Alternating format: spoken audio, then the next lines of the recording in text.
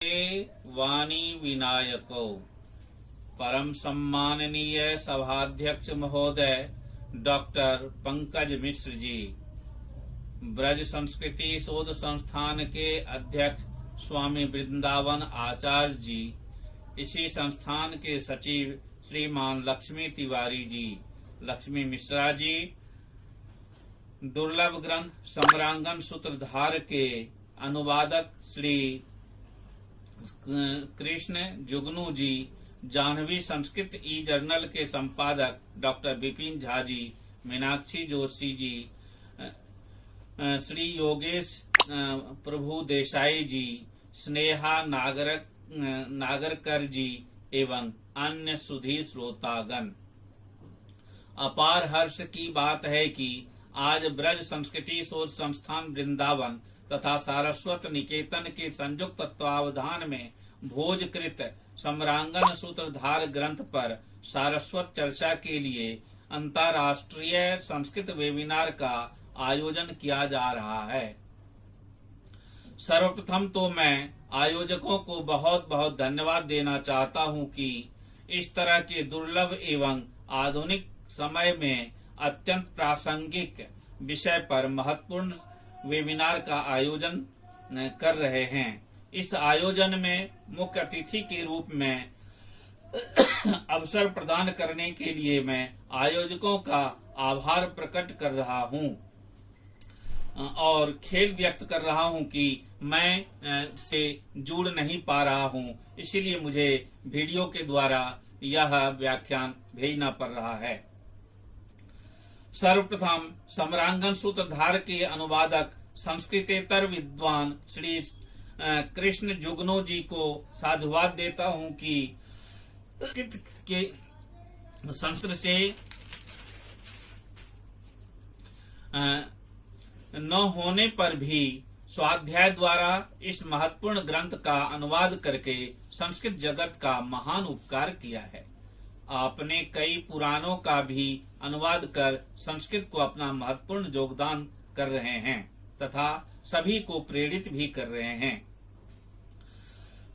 आप जैसे विद्वानों के लिए राष्ट्रीय संस्कृत संस्थान में संस्कृत दिवस के अवसर पर संस्कृतेतर विद्वानों के लिए संस्कृत व्रती सम्मान का पुरस्कार समारोह दिया जाता है। मैं शुभकामना देता हूं आपको कि यह पुरस्कार अगली बार आपको निश्चित रूप से मिले। विपिन झा जी तथा मीनाक्षी जी परिश्रम पूर्वक अपने काम में तत्पर रहते हैं, इन्हें भी मैं साधुवाद देता हूं। आज के इस वेबिनार में विभिन्न विषयों पर विस्तृत चर्चा होगी। अनेक विद्वान अपने शोधपरक विचार रखेंगे, अतः मेरा अधिक बोलना उचित नहीं है। मैं तो श्रोता बनकर ही रहना चाहता था। थोड़ी चर्चा में ग्रंथ के विषय में करना उचित समझता हूँ, जो आपके समक्ष रख रहा हूँ। सम्रांगन सूत्रधार 83 अध्यायों एवं लगभग 8000 श्लोकों से संबलित भारतीय वास्तुशास्त्र से संबंधित ज्ञान कोशीय ग्रंथ है। इस ग्रंथ में नगर योजना, भवन शिल्प, मंदिर शिल्प, मूर्ति कला तथा मुद्राओं सहित यंत्रों के बारे में विशद विवेचन उपलब्ध होता है।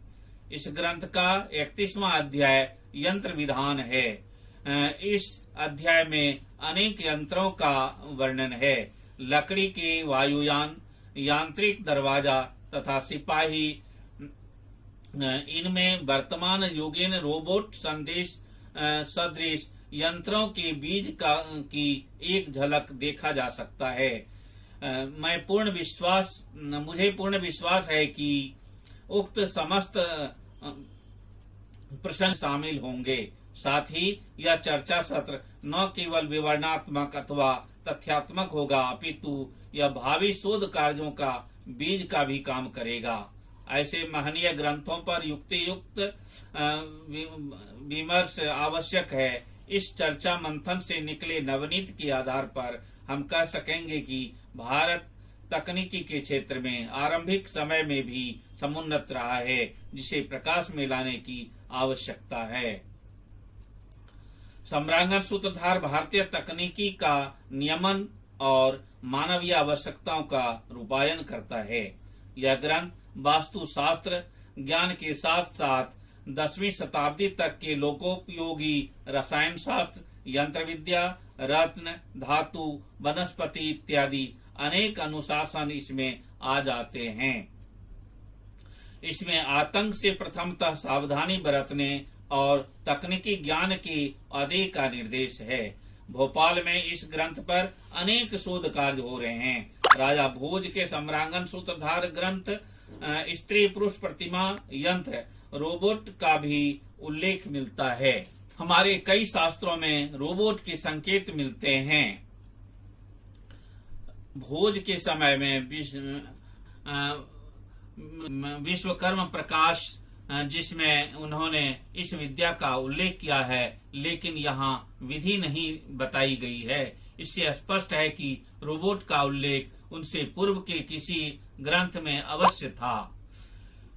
हमारे ग्रामीण क्षेत्र में भी हम देखते हैं कि खेत में मनुष्य के आकार का कपड़ा पहनाकर एक पुतला बना दिया जाता है, उसमें तीर धनुष लगा देते हैं जिससे कोई पशु पक्षी वहां नहीं आवे। उन्हें यह भान होता है कि यहाँ पर कोई रखवाला है। वह एक रोबोट का ही सांकेतिक रूप है।